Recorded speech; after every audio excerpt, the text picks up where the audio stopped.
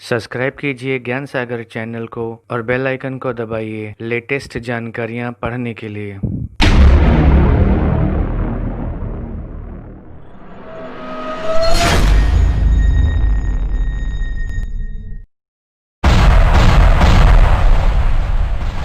दोस्तों कि जैसा हम सबने देखा हुआ है कि हमने सारे वीडियोज़ में अपने ग्रामर के हिसाब से एक एक स्टेप बाय स्टेप हम चल रहे हैं। तो यहाँ पे हमारा जो व्याकरण चल रहा है वो 7वां भाग है, वो है क्रिया, जिसमें से क्रिया हमारी बहुत बड़ी है। मैंने कुछ किताबें लिखी हुई हैं, लगभग मैं किताबों पे 9 महीने से काम कर रहा हूँ, 9-10 महीने से काम कर रहा हूँ और ये किताब लगभग पूरी होने पे आई है। उसके मैंने कुछ प्रिंट आउट निकाले हुए हैं, उनमें से ही मैं आप चालू करूँगा आपको क्रिया के कुछ भाग जो है वो हम पढ़ते हैं। ठीक है, तो शुरू करते हैं।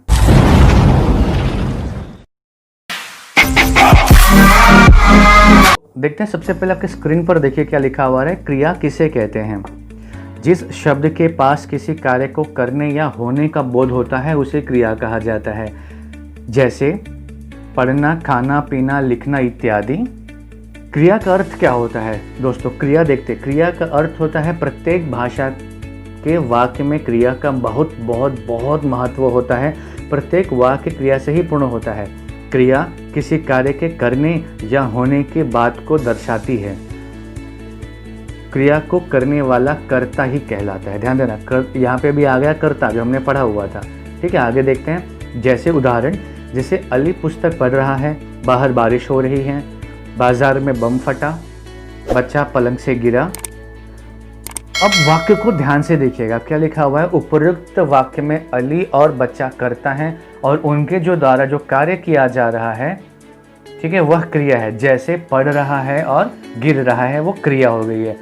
अन्य दो वाक्यों में क्रिया नहीं बल्कि स्वतः हुई हैं, अतः इनमें कोई कर्ता प्रधान नहीं है दोस्तों। अब यहाँ पे देखना, इसमें आप जो बताया गया इसमें कोई कर्ता प्रधान नहीं है। आगे देखते हैं। वाक्य में क्रिया का इतना अधिक महत्व होता है कि कर्ता अथवा अन्य योजकों का प्रयोग न होने पर भी क्रिया का वाक्य स्पष्ट हो जाता है। किसी काम के करने या होने का पता चले उसे क्रिया कहते हैं। सीधी सी बात है। आगे बढ़ते हैं। धातु किसे कहते हैं? जब हमने धातु के बारे में पिछला वीडियो में आपके पढ़ा हुआ है, आप वीडियो देख सकते हैं, वहाँ से आपको मिल जाएगा धातु की परिभाषा क्या होती है। आगे बढ़ते हैं। यहाँ पे लिखा हुआ है धातु रूप, सामान्य रूप। धातु का सामान्य रूप किसे कहते हैं? जैसे बोल, पढ़, घूम, लिख, गा, हंस, देख आदि। बोलना, पढ़ना, घूमना, लिखना, गाना, हंसना, देखना इत्यादि जो है दोस्तों धातु रूप सामान्य रूप कहलाता है। अब देखते हैं यहाँ पे क्या लिखा हुआ है। क्रिया के भेद। आपको जान के आश्चर्य बिल्कुल नहीं होगा, क्योंकि अब आगे देते हैं संरचना या प्रयोग के आधार पर क्रिया के जो भेद हैं। संरचना या प्रयोग पर संयुक्त क्रिया के कुल 11 भेद इस प्रकार हैं। संयुक्त क्रिया, संयुक्त, जुड़ना, मिलना। ठीक है, यहाँ पे क्या बोला हुआ है? जो क्रिया 2 या 2 से अधिक धातुओं के मेल से बनती है उसे ही संयुक्त क्रिया कहते हैं।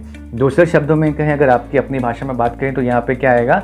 2 या 2 से अधिक क्रियाएं मिलकर जब किसी एक पूर्ण क्रिया का बोध कराती हैं तो उसे संयुक्त क्रिया कहते हैं। ध्यान देना, पूर्ण क्रिया का बोध कराती हैं। आगे बढ़ते हैं। बच्चा विद्यालय से लौट आया, किशोर रोने लगा, वह घर पहुंचा। उपर्युक्त में एक से अधिक क्रियाएं हैं, जैसे आया, रोना, रोने लगा, पहुंच गया इत्यादि। ये सभी क्रियाएं मिलकर एक ही पूर्ण कार्य कर रही हैं, अर्थात ये संयुक्त। ध्यान से सुनिएगा, स्क्रीन पर है। रंजक क्रिया मुख्य क्रिया के साथ जुड़कर अर्थ में विशेषता लाती है। विशेषता लाती है, ध्यान दीजिएगा। उदाहरण जैसे मैं आपको बता रहा हूँ, माताजी बाजार से आ गई। इस वाक्य में आ मुख्य क्रिया है तथा गई रंजक क्रिया है। अब देखिए, अगर हिंदी के वाक्य के हिसाब से चले तो यहाँ पे क्या आएगा? आना, आ, गई, जाना। अब एक है आना और एक है जाना। अब इन दोनों क्रियाओं को वो क्या कर रहा है? आपस में जोड़ रहा है। ठीक है, तो इसे कहते हैं रंजक क्रियाएं। ठीक है, अब ये क्या कर रहे हैं? दोनों क्रिया मिलकर एक संयुक्त क्रिया आना का अर्थ दर्शाती हैं। विधि और आज्ञा को छोड़कर सभी क्रियापद, ध्यान दीजिएगा स्क्रीन पे है क्या लिखा हुआ है। विधि और आज्ञा को छोड़कर सभी क्रियापद 2 या अधिक, इसके अतिरिक्त सकर्मक तथा अकर्मक दोनों प्रकार की संयुक्त क्रियाएं हैं। माताजी बाजार से आ गईं।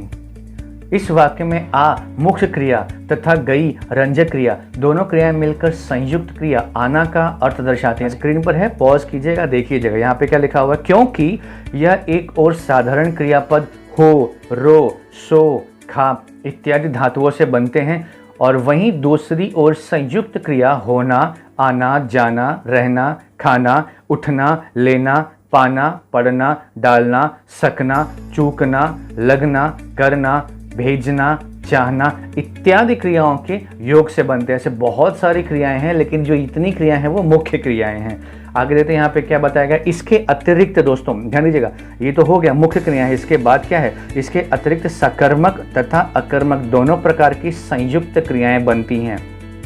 जब हम वाक्य पढ़ेंगे तो मैं आपको बता दूंगा सकर्मक क्रिया क्या होती है और अकर्मक क्रिया क्या होती है। अकर्मक क्रिया जैसे लेट जाना, गिर पड़ना, और सकर्मक क्रिया बेच लेना, काम करना, बुला लेना, मार देना। संयुक्त क्रिया की एक विशेषता यह है कि उसकी पहली क्रिया प्रायः प्रधान होती है और दूसरी अर्थ में विशेषता उत्पन्न करती है। जैसे मैं पढ़ सकता हूँ, इसमें सकना और पढ़ना क्रिया के अंत में विशेषता उत्पन्न करती है। विशेषता उसकी क्या, मैं पढ़ सकता हूँ, इस वाक्य में विशेषता क्या है, पढ़ना, पढ़ना ही उसकी क्या है, विशेषता जो उत्पन्न कराती है। हिंदी में संयुक्त क्रियाओं का प्रयोग अधिक होता है। अब संयुक्त क्रियाओं के कितने भेद हैं, 11 भेद हैं। जैसे पहला है आरंभ बोधक, चिंता मत कीजिए, हम पूरा का पूरा वीडियो आज नहीं खत्म करने वाले हैं आपका। अब आरंभ बोधक, जिस संयुक्त क्रिया से क्रिया के आरंभ होने का बोध होता है उसे आरंभ बोधक क्रिया कहते हैं। जैसे वह पढ़ने लगा, पानी बरसने लगा, राम खेलने लगा इत्यादि। दूसरा है हमारा क्या है, समाप्ति बोध। समाप्ति बोधक, जिस संयुक्त क्रिया के मुख्य क्रिया की पूर्णता व्यापार की समाप्ति का बोध हो, वह समाप्ति बोधक संयुक्त क्रिया कहलाती है। जैसे वह खा चुका है, पढ़ चुका है, धातु के आगे चुकना जोड़ने से समाप्ति बोधक क्रियाएं बनती हैं। ठीक है, देखो तीसरा क्या है हमारा, अवकाश बोधक का बोध हो। ध्यान सुनिएगा मेरी बात, मैं क्या कह रहा हूं। जिससे क्रिया को निष्पत्र करने के लिए अवकाश का बोध हो, वह अवकाश बोधक संयुक्त क्रिया कहलाती है। अब लोग सर इसको पहचानेंगे कैसे, तो जैसे उदाहरण देख लीजिएगा, स्क्रीन पर है, पॉज कीजिए, देखिए, वह स्क्रीन पर सामने पढ़ लीजिएगा। जैसे वह मुश्किल से सोने पाया, जाने न पाया। अब चौथा हमारा क्या आ जाता है, अनुमति बोधक।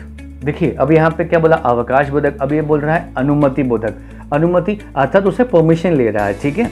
जिससे कार्य करने की अनुमति दिए जाने का बोध हो, वह अनुमति बोधक संयुक्त क्रिया कहलाता है। जैसे मुझे जाने दो, मुझे बोलने दो, यह क्रिया देना धातु से बनती है। पांचवा है हमारा, वो है नित्यता बोधक।